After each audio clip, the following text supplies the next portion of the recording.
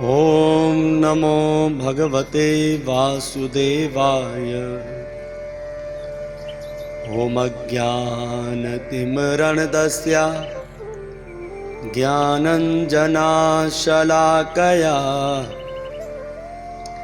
चक्षुरुन्मिलितं येन तस्मै श्रीगुरुवे नमः। कृष्णाय वासुदेवाय देवकीनन्दनाय च नन्दगोपकुमाराय गोविन्दाय नमो नमः। हे कृष्णा करुणा सिन्धु दीनबन्धो जगत्पते गोपेश्वर गोपीका कांता श्री राधा कांता नमोस्तुते। तप्त कांचनम गौरंगे श्री राधे वृंदावनेश्वरी वृषभानुसुत देवनी प्रणमामि हरिप्रिय। वाञ्छाकल्पतरुभ्यश्च कृपा सिन्धुभ्येव च पतितनां पावनेभ्यो वैष्णवेभ्यो नमो नमः। नारायणं नमस्कृत्य नरं चैव नरोत्तमं दिव्यं सरस्वती व्यासं ततो जयमुद्रीयते।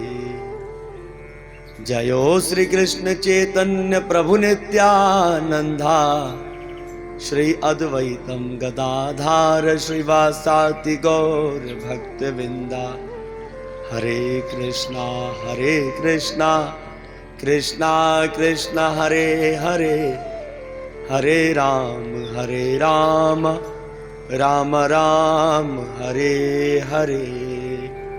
हरे कृष्णा। आप सब भक्तों के श्री चरणों में दास कृष्ण किशोर का दंडवत प्रणाम। वैष्णवों का परम धर्म श्रीमद् भागवत को रोजाना पढ़ने से, रोजाना सुनने से तमाम मादी ख्वाहिश दूर होते हैं। वो भगवान जिनकी तारीफ उत्तम श्लोकों से होती है वे हमारे हृदय में विराजमान हो जाते हैं। कृष्ण जिनका नाम, गोकुल जिनका धाम, ऐसे श्री भगवान को बारंबार प्रणाम। आइए श्रीमद् भागवत ज्ञान यज्ञ को आरंभ करते हैं। पद्म पुराण में श्रीमद् भागवत महात्म्य की कथा आती है 6 अध्यायों में। तो आइए महात्म्य की कथा को आरंभ करते हैं।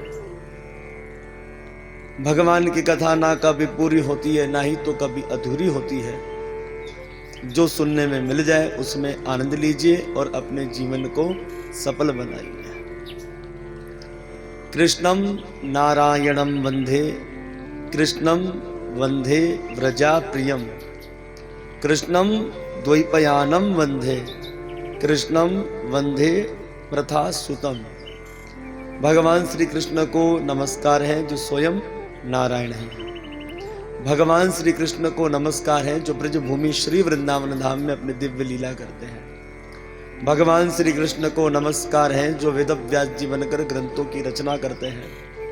भगवान श्री कृष्ण को नमस्कार है जो अपनी बुआ प्रथा जी के प्यारे ऐसे भक्त वत्सल भगवान श्री कृष्ण के चरणों में नमस्कार।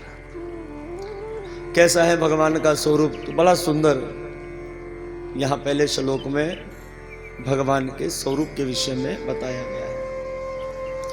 सच्चिदानंद रूपाय विश्वोत्पत्त्यादि हेतवे तापत्रयो न विनाशाय श्री कृष्णाय वयम नुमः।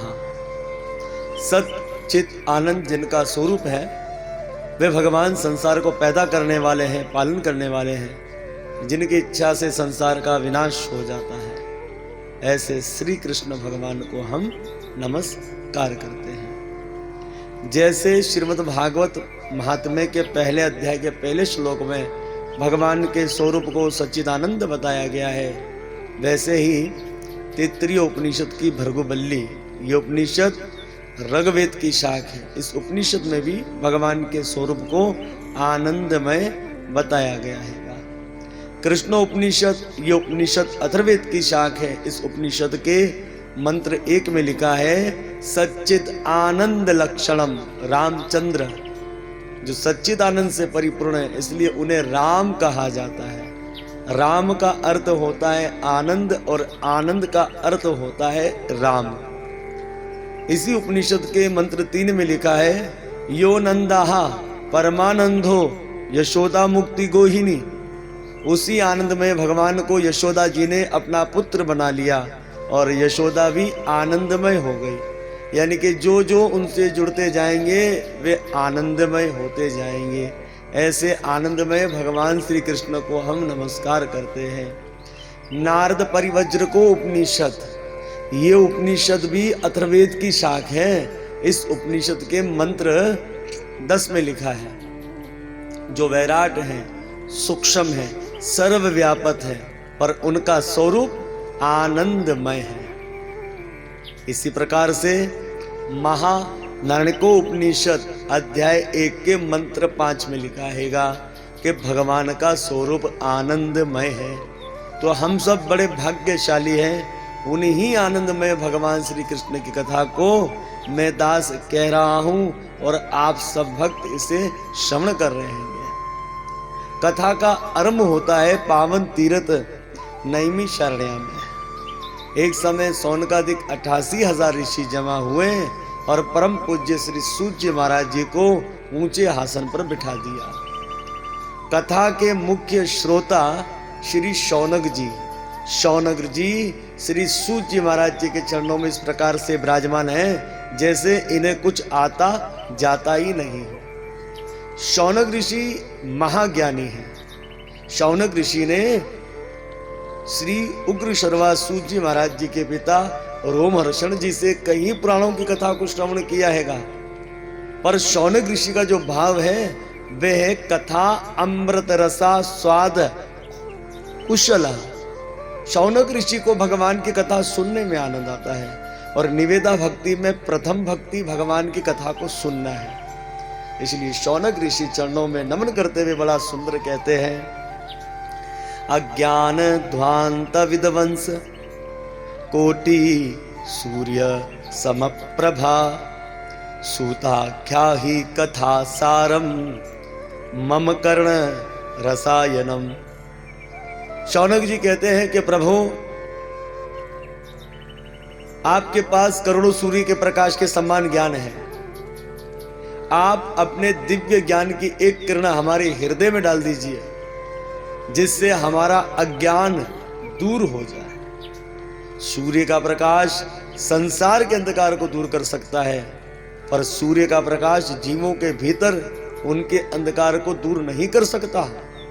वहां तो केवल आपका दिव्य ज्ञान ही कान के माध्यम से हृदय में जाकर अज्ञान को दूर कर सकता है।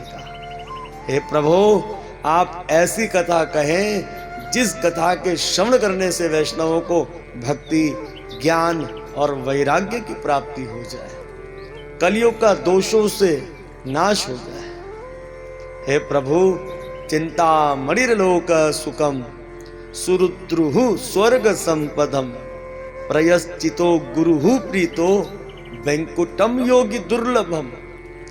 हे प्रभु, यदि चिंतामणि किसी को मिल जाए तो चिंतामणि बड़ी सी बड़ी चिंताओं को दूर कर सकती है। कल्पवृक्ष स्वर्ग का सुख दे सकता है, पर चिंतामणि और कल्पवृक्ष में वे शक्ति नहीं कि भगवान की प्राप्ति करवा दे। यदि सदगुरुदेव महाराज जी की कृपा हो जाए तो अति दुर्लभ भगवान के धाम की प्राप्ति हो जाती है। और वे सदगुरुदेव महाराज जी की कृपा सूर्य महाराज जी आप पर है और आप वे कृपा हम पर कर दीजिए। शौनक ऋषि के दिव्य भाव को देखकर श्री सूर्य महाराज जी बहुत प्रसन्न हुए। सूर्य महाराज जी सब ऋषियों को कहते हैं कि आप सब लोग सावधान हो जाइए, मैं सब शास्त्रों का सार ही आपसे कहने जा रहा हूं। प्यारे भक्तों, जब कोई किसी को कीमती वस्तु देता है तो क्या कहता है देने वाले को, अरे संभल के लेकर जाना, बहुत कीमती वस्तु है। तो आज श्री सूत जी महाराज जी सब शास्त्रों का सार श्रीमद् भागवत कहने जा रहे हैं, इसलिए श्री सूत जी महाराज जी ने सबको सावधान कर दिया है।